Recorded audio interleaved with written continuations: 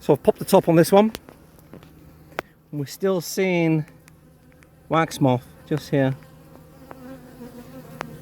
There it is. Not anymore. Dead. Damn things. So I'm going to have to go through this one, give it a real good look at.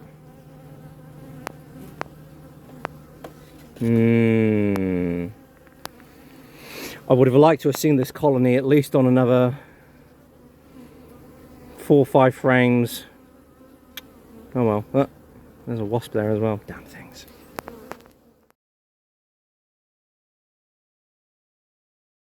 So you would have seen me look at this frame a few times now.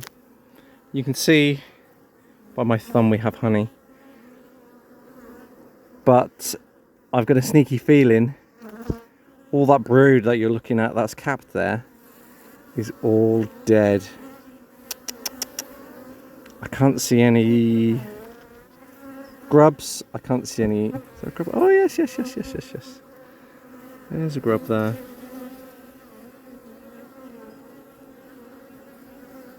We can see a grub, which is... that pleases me. Cool. No eggs though. Haven't seen any eggs yet.